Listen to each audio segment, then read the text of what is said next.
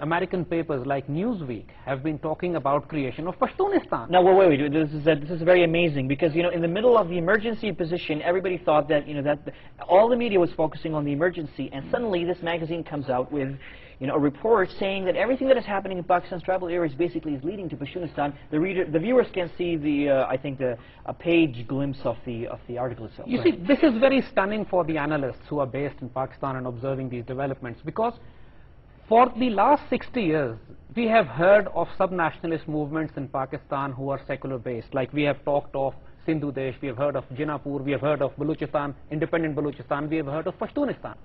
And Pashtun sub-nationalists who have been striving to cut exactly on the same lines, they have been talking of cutting Pakistan west of Indus line, into joining it into Afghanistan, into autonomous regions of Pashtunistan, have been backed by Soviet Russia.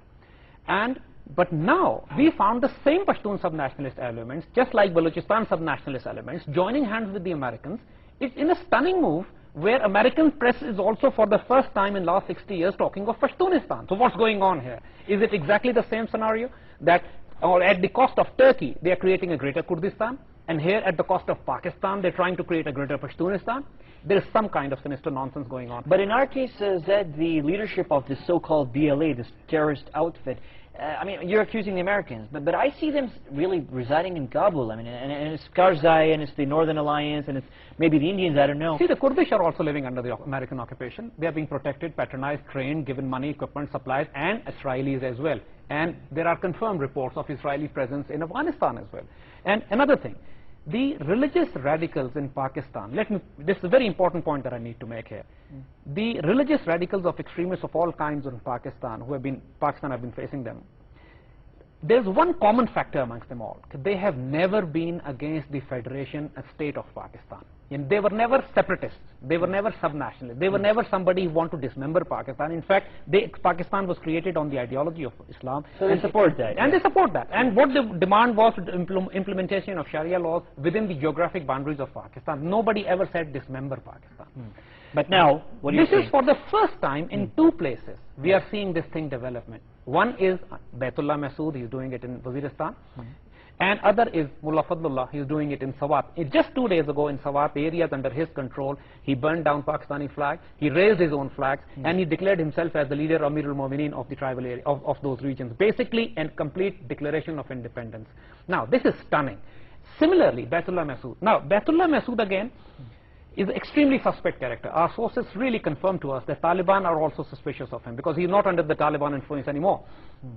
Afghan Taliban have never declared, Mullah Omar have never declared war on Pakistani state. He still understands the difference between government policies and the state of Pakistan. He makes a distinction between the two. Where this line has been crossed, in South Waziristan particularly, is that Baitullah Masood is using satellite telephones. He's using high technology communication equipment. It should be a 5-minute job for the Americans to track where the man lives, where he exists. And they're our friends. They can give us that information. They're supposed to be our friends, and they're supposed to give us the intel on that. But when they're protecting the BLA separatists in Kabul, there's a very strong suspicion, as an analyst that I have, that they are protecting Baitullah Masood for certain sinister reasons. Okay. Well, before you continue, we have a quick commercial break. Let's go for that break, and we'll be back. We'll join you after this.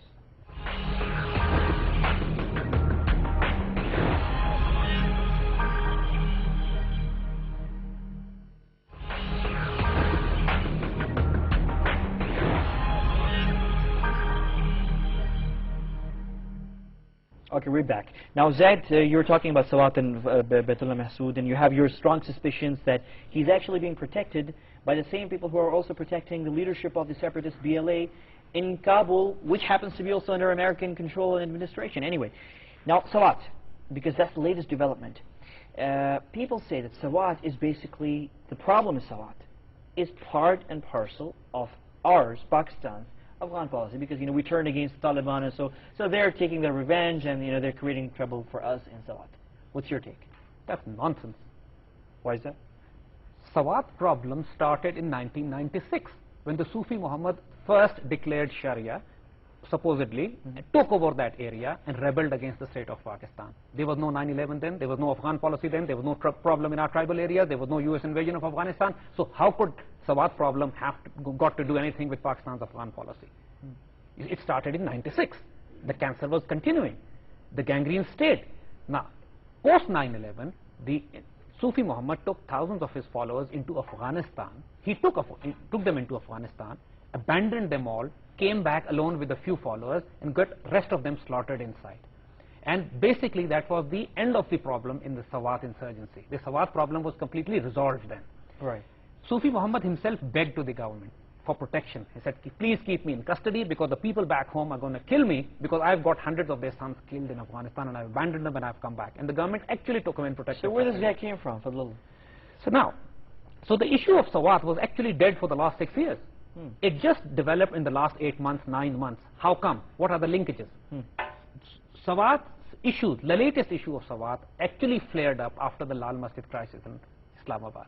Fadlullah was a teacher in Lal Masjid, and right now hundreds of his supporters who are fighting with him in Sawat are those militants who have been released by the government from Lal Masjid. By the former Supreme Court Without getting into the details, panel of judges. But the unfortunate problem is that without debriefing them, without making sure, without taking guarantees from the tribes and parents that they would not involve into militant activity, they were let loose, and now we are creating problem there. But now, I'll come to some more details onto that. Fazlullah is also son-in-law of Sufi Muhammad. So they are related also. Their relationship is also there.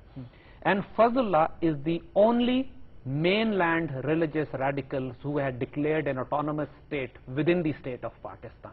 As I said, he raised his own flag, burned down Pakistani flag, called himself Amir al-Mu'mineen, and now they are trying to take over the valley. But the strength of Fazlullah and his followers in Sawat is highly exaggerated in media. They are in hundreds, not in thousands. Part one. Part two, Sawat is a closed valley. From Pakistan, the territory of Pakistan is all around it. They are not connected with Afghanistan. It's not a problem like Waziristan there. In Waziristan, there are hundreds of small and big, large groups, various clans, tribes, sub-clans, which are operating there, which have their own militias, armed group. In Sawat, there's only one TNSM, Tehreek-e-Nafaz Sharif Muhammad. There's only one center of... When these people started their rebellion, Indians started to write in their own think tanks. The Indian secret services and intelligence agencies started to write very blatantly, and recently we are seeing their press releases which speaks of their overconfidence about the subject, is that they have talked of having their assets within the militants who are listening to Pakistan Army chatter. I mean, these are the exact words. Now, before you continue, I just want to tell the viewers, because this was going to be one of my questions, so just let me tell the viewers here, that basically what Zed just referred to right now are two reports that were released by Indian sources. One was by an Indian website, I believe, Zed, and it's actually a very well-known think tank, and it has an internet presence. And they basically said in one of their analyses on what's going on in our tribal regions that they have their assets, and actually you can see a quote actually on the screen right now from one of those websites, that they have equipment on the ground and assets who are actually listening in on the communication of Pakistan Army units in our tribal regions. That's one. And the second is very open, actually. It happened over the weekend.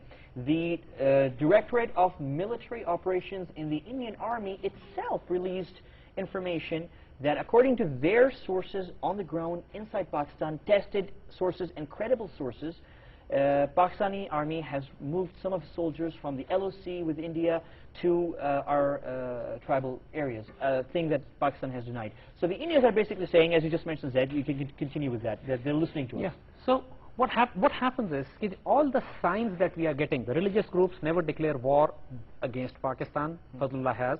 Religious groups do not want to dismember Pakistan, he has. They don't burn down Pakistani flags and declare themselves Amir al-Mu'mineen, he has.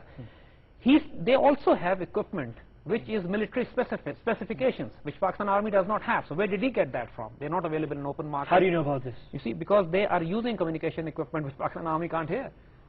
And they are listening to Pakistan Army's communication. So they definitely have equipment which is much more sophisticated than we have. And Indians, when they are saying they've got assets on ground who are listening to Pakistan Army chatter within the militants. And also the fact that the beheading of Pakistan paramilitary forces and police which took place there was so repulsive, and the whole people of Sawat, who are peace-loving, patriotic Pakistanis of the settled area, they were repulsed by what they saw, what happened there. And those militants then suddenly denied doing it, and even acknowledged having foreign elements present in their ranks who must have done it. This is the statement from the militants who said it. And then after that, the militants Fadlullah tried to behave well and nice, and started to release those paramilitary forces and troops and the police. In fact, he released a statement, or he had somebody release a statement saying that, you know what, I think it's not right. It's maybe some of my overzealous activists who might have done it. And also said